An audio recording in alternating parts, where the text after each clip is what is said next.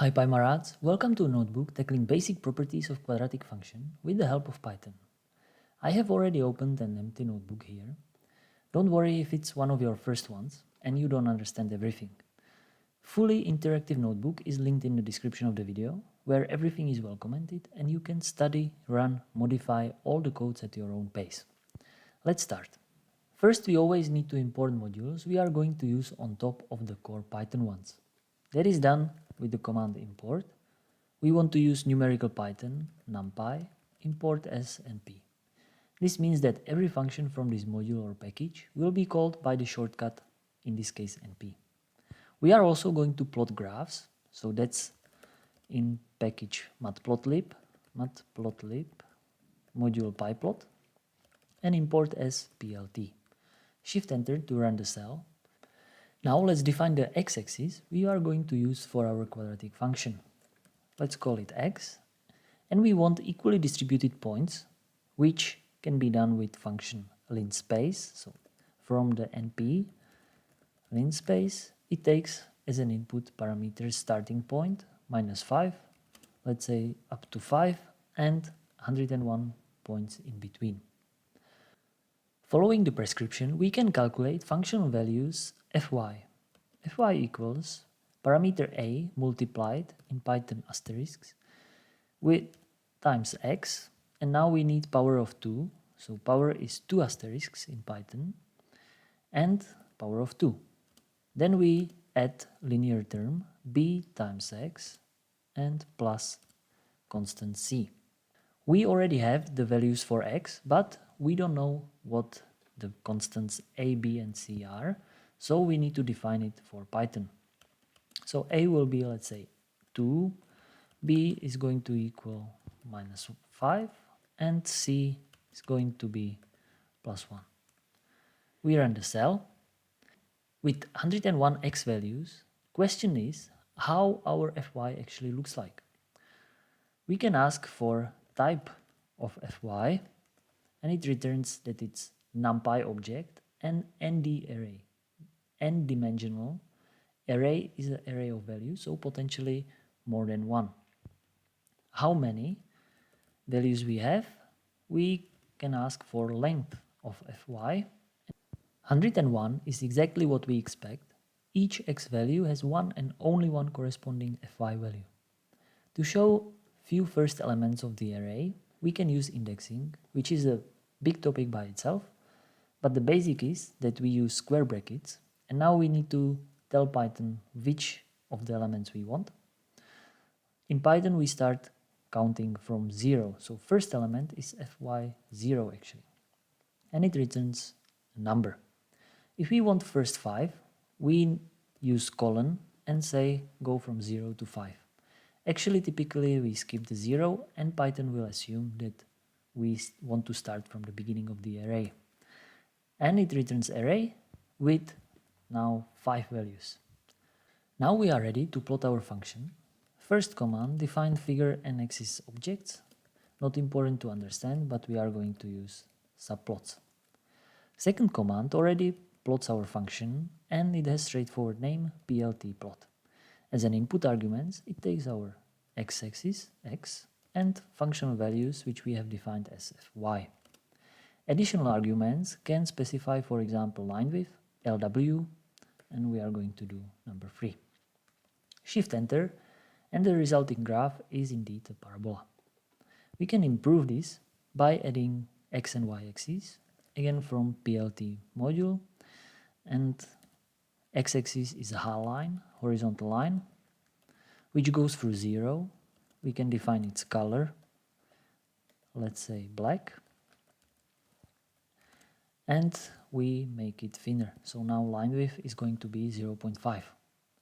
The same way we can add y-axis, which is vertical line, axv line. It again goes through 0. Color, black can be actually defined just as k, and again line width will be thinner.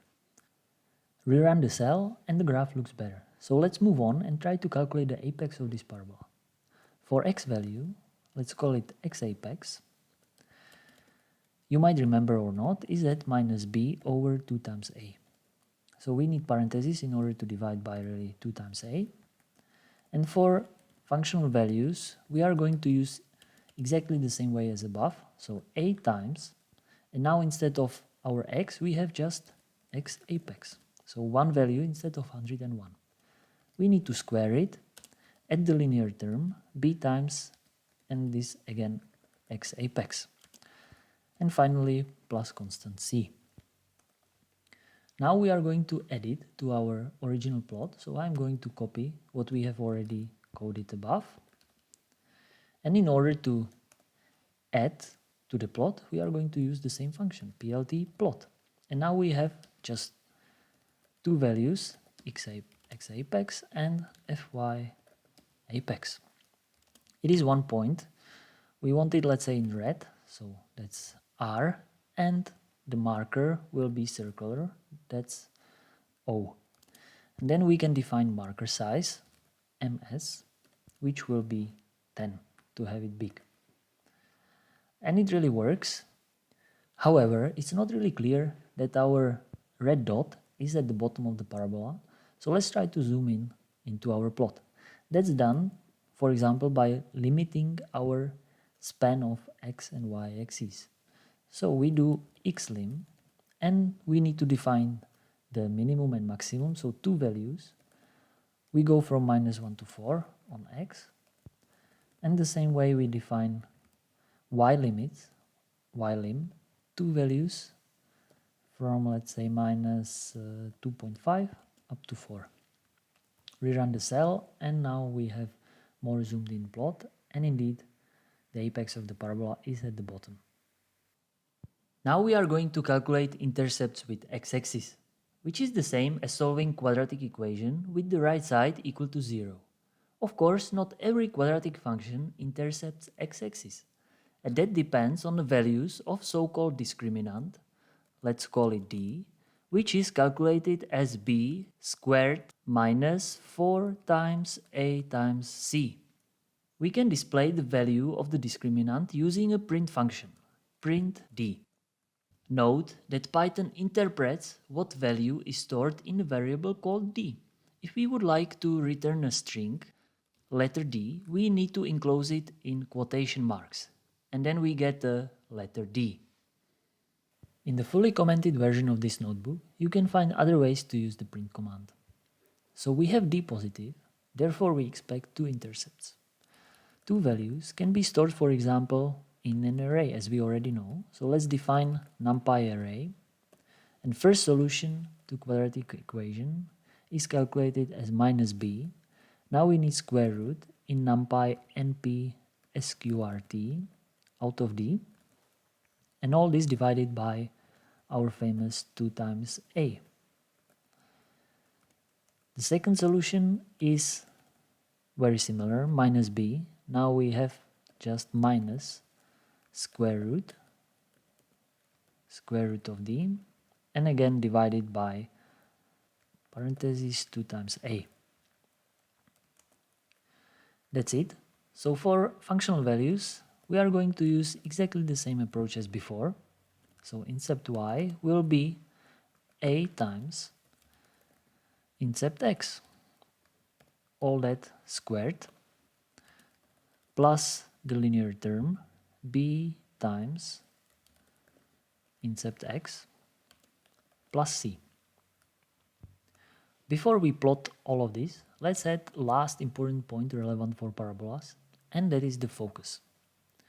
Focus is at the same x value as the apex. In other words, it lays on the axis of the parabola, but it is vertically shifted by, you might know, by 1 over 4a. So we define now list of values, and I said it possesses the same x value. So we already calculated it in an apex, so x apex, and the y value is shifted, but we can still use it, fy apex, and now we need to add the shift plus 1 over 4 times a. Finally, we can plot everything together.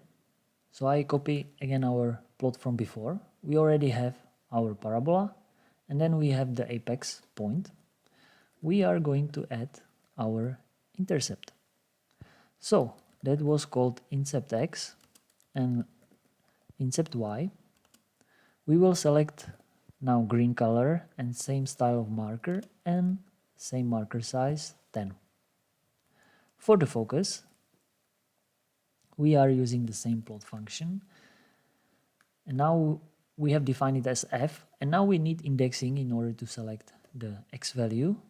First value is at position 0, and second value y or functional value is at position 1. We are going to select color black, same marker, and again marker size equals to 10. Plotting works. We see the red dot corresponding to the apex of the parabola, 2 intercepts in green, and from the apex vertically shifted focus marked in black. Problem with these plots so far was that they don't have the same aspect ratio between the x and y axes. That means that it's not as if you would plot the parabola in the squared paper. We can fix that by a command which is called ax and set aspect. So we are setting aspect and it's going to be 1. That means the same for x and y. Rerun the cell and we see now the parabola as it would appear with the same proportion on x and y axes. The last thing I would like to discuss with you is the values of the intercepts themselves. They are the solution of quadratic equation, so they are supposed to be equal to 0. If we print them out, we get 2 of them, that's correct. One is exactly equal to 0. However, the second one is on the order of 10 to minus 15.